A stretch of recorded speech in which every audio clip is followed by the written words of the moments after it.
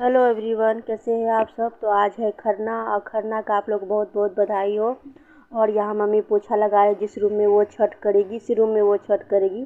तो उसी room kitchen ही में ही छठ किया जाता है, तो इसलिए कि हम लोग का पूजा रूम जो ऊपर छत पे है, तो किचन में ही मम्मी छठ करती है। तो देखिए सारा बर्तन निकाल ली है छठ का, ये सूप भी आ गया है, डाला भी आ गया है और सारा कुछ। और पोछा लगा रही मम्मी, किचन में पोछा लगा रही है। और पोछा लगाने के बाद जितना भी सामान है सब डाला को सुगंध कर दे। और ये हॉल है, हॉल में जैसे नहाए खाए का जो भी कद्दू भात जो बनता है वो हॉल में ही मम्मी बनाएगी। और किचन में पूजा का जितना सामान भी है वो किचन में रख देगी जा रहा सारा सामान को। और बर्तन सभी वो निकालिए, ट्रंक्स में वो रखा हुआ है, तो सारा बर्तन को निकाल के वो बर्तन धोएगी। और छठ पर्व का तो आप लोग को पता ही कितना महत्व होता है, इसका तो कोई अथी ही नहीं होता है। कितना बड़ा पर्व है, महापर्व है और भारी पर्व होता है छठ का। जो छठ करते हैं उनको पता होगा कितना महापर्व होता है ये छठ। कितना कुछ किया जाता है छठ पर्व में। एक एक सामान को, एक एक चीज़ को हर तरह से अलग करके और बढ़िया से सजाया रखा जाता है। और एक एक बर्तन को साफ करके धो के अच्छी तरह से उसके बाद खरना का नियम। गुड मॉर्निंग, कैसे हैं आप सब। आई होप आप सब बहुत अच्छे होंगे। तो मैं नहा के अभी आ गई हूँ, तो सभी नहाई हूँ, तो बस कुछ भी नहीं की, बस हल्का सा सिंदूर लगाई हूँ और बस जा रही थी हल्का सा क्रीम व्रीम लगाऊंगी। उसके बाद जाएंगे आज है खरना, तो खरना का जो भी बर्तन, पूजा का जो भी बर्तन को धोएंगे। ऐसे धो के तो रखा हुआ है, लेकिन नियम के तौर पे तो फिर से ही धोना पड़ेगा। तो अभी जाएंगे नीचे, बस नहा बर्तन सब सारा बर्तन को धोएंगे। और मैं हल्का सा क्रीम लगा लेती हूँ, बिंदी लगा लेती हूँ, उसके बाद हम नीचे जाएंगे। और बच्चे लोग भी नहा चुके हैं, मेरी मम्मी भी नहा ली है। वो नहा कर छठ का जिस रूम में वो छठ करती है वो साफ सफाई बढ़िया से अच्छी तरह से वो पोछा लगा रही है, क्योंकि सामान सब रखना है फिर खरना का बनने। और सामान सब तो अभी आ ही रहा जैसे। तो चलिए फ्रेंड्स, बस हल्का सा सिंदूर कर लिए हैं, हल्का सा क्रीम और बिंदी लगा लेते हैं और चलते हैं नीचे। जो भी बर्तन है पूजा का वो बर्तन धो लेते हैं, तो फिर आप लोगों से मिलते हैं।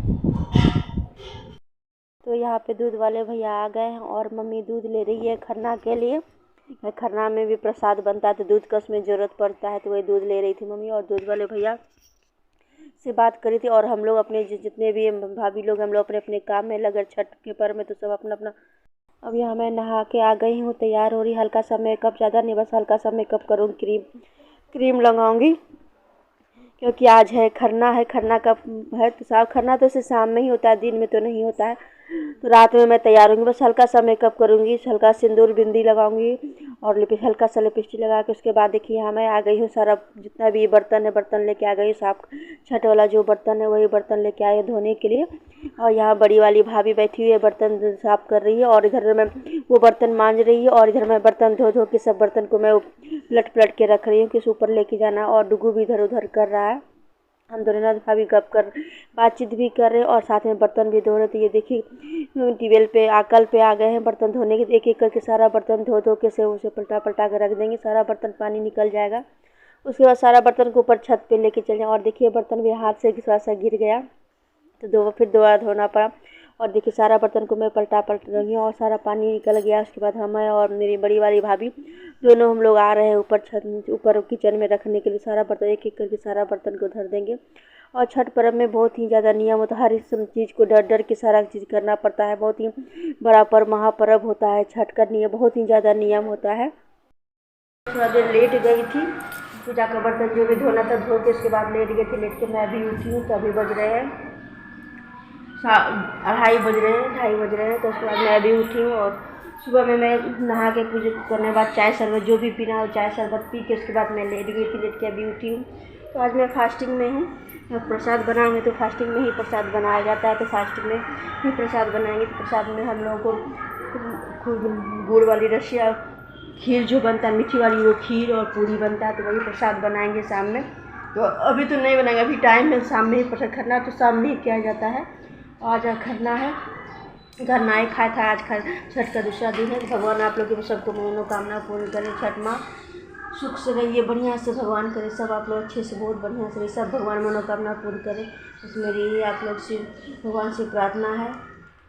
तो अभी छठ है, मम्मी नीचे है और सारा सामान पूजा का सारा सामान जो भी खरना का जो भी प्रसाद खरना में लगता है वो सारा सामान आ गया। भैया ला के धर दिए। सिर्फ प्रसाद हम लोगों को प्रसाद बनाना है।